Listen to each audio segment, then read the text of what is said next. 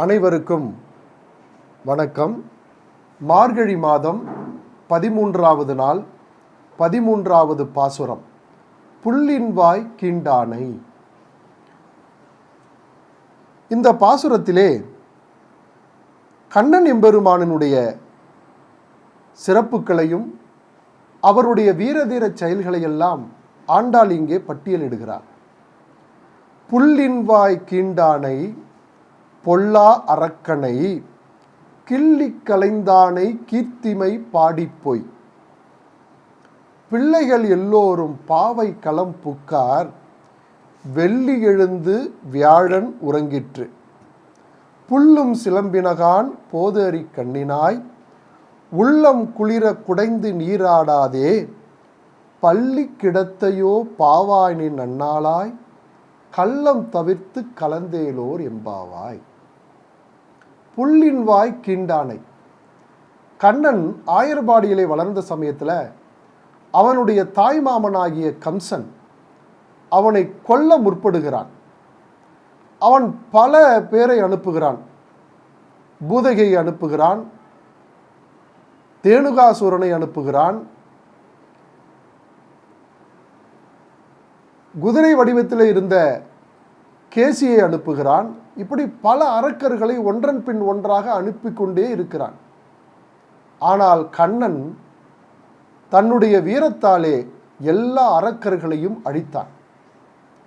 இங்கே புள்ளின்வாய் கீண்டானை, பறவையினுடைய வடிவத்திலே பகாசுரன் என்று சொல்லக்கூடிய ஒரு அசுரன் கண்ணனை கொல்வதற்காக ஆயர்பாடிக்கு வரான். கண்ணன் பலராமன் தன்னுடைய தோடர்களோடு சேர்ந்து ஆடு மாடெல்லாம் மேய்ச்சிக்கிட்டு ரொம்ப அப்படி மகிழ்ச்சியாக இருக்கிறார். அப்படி ஆடு மாடு மேய்க்கிற அந்த தோட்டத்தில் ஒரு பெரிய பறவை வந்து உட்காருது.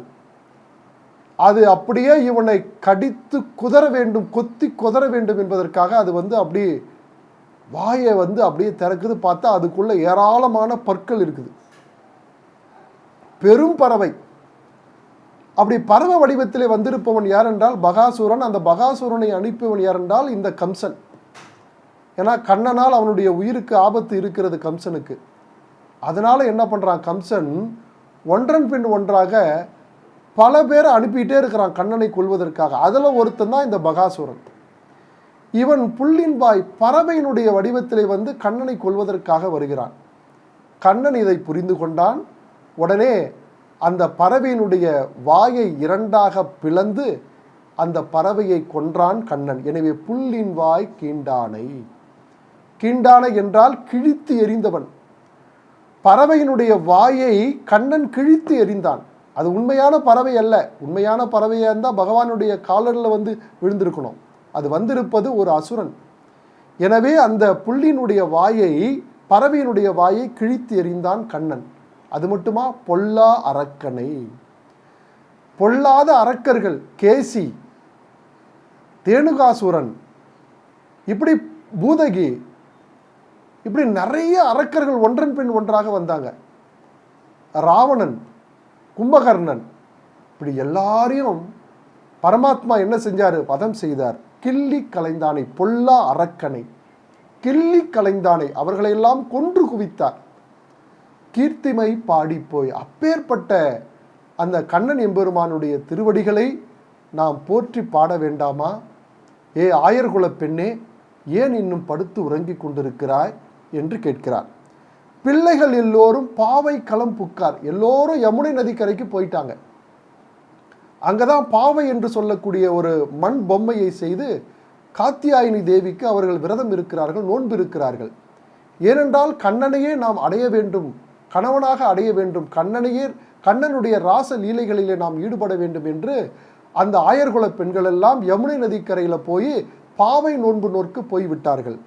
பிள்ளைகள் எல்லோரும் பாவை களம் புக்கார். எல்லோரும் யமுனை நதிக்கரைக்கு போயிட்டாங்க. நான் உங்களுக்காக தான் காத்துக்கிட்டு இருக்கிறேன், நீ இன்னும் படுத்து உறங்கி கொண்டிருக்கிறாயே என்று தோழிமார்கள் எல்லாம் பாடுகிறார்கள். வெள்ளி எழுந்து வியாழன் உறங்கிற்று. வெள்ளி கிரகமானது விடியற்காலை நேரத்திலே முளைத்து விட்டது. 6 மாதங்கள் வெள்ளி கிரகம் கிழக்கு திசையிலே உதிக்கும், 6 மாதங்கள் மேற்கு திசையிலே உதிக்கும். இப்போ மார்கழி மாதத்தில் வெள்ளி கிரகமானது கிழக்கு திசையிலே விடியற்காலை நேரத்தில் உதிக்கும். எனவே வெள்ளி எழுந்து வியாழன் உறங்கிற்று. வியாழன் என்று சொல்லக்கூடிய கிரகம் இருக்குல்ல, அது மறைந்து விட்டது. வெள்ளி என்ற கிரகமானது உதிக்க ஆரம்பித்தது. இது வானியல் சார்ந்த ஒரு நிகழ்வு. இதை வைத்து கொண்டு ஒரு அமெரிக்க பல்கலைக்கழகத்திலே ஒரு ஆய்வு செய்தார்கள். வெள்ளி எழுந்து வியாழன் உறங்கிற்று, இது வானியல் சார்ந்த ஒரு நிகழ்வு. இது எப்போவாவது ஒரு முறை தான் நடக்கும். இந்த நிகழ்வு எப்பொழுது நடந்தது என்று நவீன ஆய்வுகளை கொண்டு ஆராய்ச்சி செய்கின்ற போது கிபி 731 இது நடந்தது என்று சொல்கிறார்கள். அதாவது இதனுடைய காலகட்டம் என்னன்னு கேட்டால் கிபி 8ஆம் நூற்றாண்டு. அப்போ 8ஆம் நூற்றாண்டில் தான் இந்த வானியல் நிகழ்வு என்பது நடந்தது. வெள்ளி கிரகமானது உதித்தது, வியாழன் கிரகமானது மறைந்தது.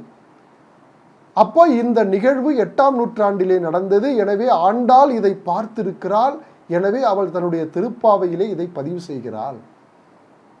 எனவே ஆண்டாள் வாழ்ந்தது உண்மை, அவள் கண்ணனை நேசித்தது உண்மை, அவள் அரங்கனோடு ஒன்றர கலந்தது உண்மை என்று நவீன ஆய்வுகள் சொல்கிறது. எனவே வெள்ளி எழுந்து வியாழன் முறங்கிற்று, புல்லும் சிலம்பினகான் போது அறி கண்ணினாய். புல்லும் சிலம்பினகான், விடியற்காலை வந்துவிட்டது என்பதை உணர்த்துவதற்கு எல்லா பெண்களும் யமுனை நதிக்கு போய்விட்டார்கள். வெள்ளி எழுந்து வியாழன் உறங்கிற்று, வெள்ளி கிரகம் காலை நேரத்திலே உதித்தது. பறவைகள் எல்லாம் ஒளி எழுப்புகின்றன. புல்லும் சிலம்பினகான், எல்லா பறவைகளும் கீச் கீச் என்று ஒளி எழுப்புகின்றன. போது அறி கண்ணினாய், மான் போன்ற மிரட்சி கொண்ட அழகிய கண்களை உடைய பெண்ணே, நீ ஏன் இன்னும் உறங்கிக் கொண்டிருக்கிறாய்?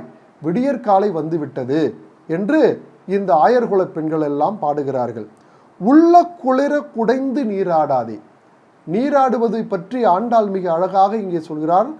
குள்ள குளிர குடைந்து நீராடாதே. உள்ளமானது குளிரும்படியாக குடைந்து நீராட வேண்டும். ஏதோ போனோமா 4 பக்கெட் தண்ணி எடுத்து தலைமையில ஊற்றணுமா, அப்படி வரக்கூடாது. அப்படி சொன்னாங்க. உள்ள குளிர குடைந்து, அப்படியே உடம்பெல்லாம் குளிரும்படியாக, உடம்பில் இருக்கக்கூடிய அழுக்குகள் எல்லாம் போகும்படியாக, இன்னும் குளிர்ந்து நீராடாமல் இன்னும் ஏன் நீ படுத்து உறங்கி கொண்டிருக்கிறாய்? உள்ள குளிர குடைந்து நீராடாதே, பள்ளி கிடத்தையோ பாவாய் நீ நன்னாளாய். ஏன் பெண்ணே நீ இன்னும் பஞ்சநமத்தையில் படுத்து கொண்டிருக்கிறாய்? நாங்கள் எல்லோரும் யமுனா நதிக்கரைக்கு சென்று விட்டோம். கண்ணனை பாடுவதற்காக நாங்கள் எல்லோரும் தயாராகிவிட்டோம். எல்லோரும் பாவை நோன்பு நோற்பதற்கு நாங்கள் தயாராகிட்டோம். விடியற்காலை நேரம் புலர்ந்து விட்டது. நீ ஏன் இன்னும் பள்ளி கிடத்தியோ, ஏன் இன்னும் நீ பள்ளியிலே உன்னுடைய பஞ்சனை மத்தியிலே படுத்து உறங்கி கொண்டிருக்கிறாய்? நன்னாளாய் கள்ளம் தவிர்த்து கலந்தேலோர் எம்பாவாய். உன்னுடைய மனதில் இருக்கக்கூடிய திருட்டுத்தனம் இருக்கு இல்லையா, அதையெல்லாம் தூக்கி போட்டுட்டு இப்பொழுது எங்களோடு கலந்து புறப்பட்டு வா. நாம் அனைவரும் சென்று யமுனையிலே நீராடி கண்ணன் எம்பெருமானை சேவித்து அவனை பாடி அவனுடைய அருளை பெறுவோம் என்று தனது ஆயர்குல சிறுமியையும் ஆயர்குல தோழிகளையும் ஆண்டாள் அழைப்பதாக அமைந்திருக்கிறது 13வது பாடல். புல்லின்வாய் கீண்டானை பொல்லா அரக்கனை கிள்ளி கலைந்தானை கீர்த்திமை பாடிப்போய் பிள்ளைகள் எல்லோரும் பாவை களம் புக்கார் வெள்ளி எழுந்து வியாழன் உறங்கிற்று புல்லும் சிலம்பினகான் போது அறி கண்ணினாய் உள்ளம் குளிர குடைந்து நீராடாதே பள்ளி கிடத்தையோ பாவாய் நீ நன்னாளாய் கள்ளம் தவிர்த்து கலந்தேலோர் எம்பாவாய். ஆண்டாள் திருவடிகளே சரணம். அடியேன் சரணம்.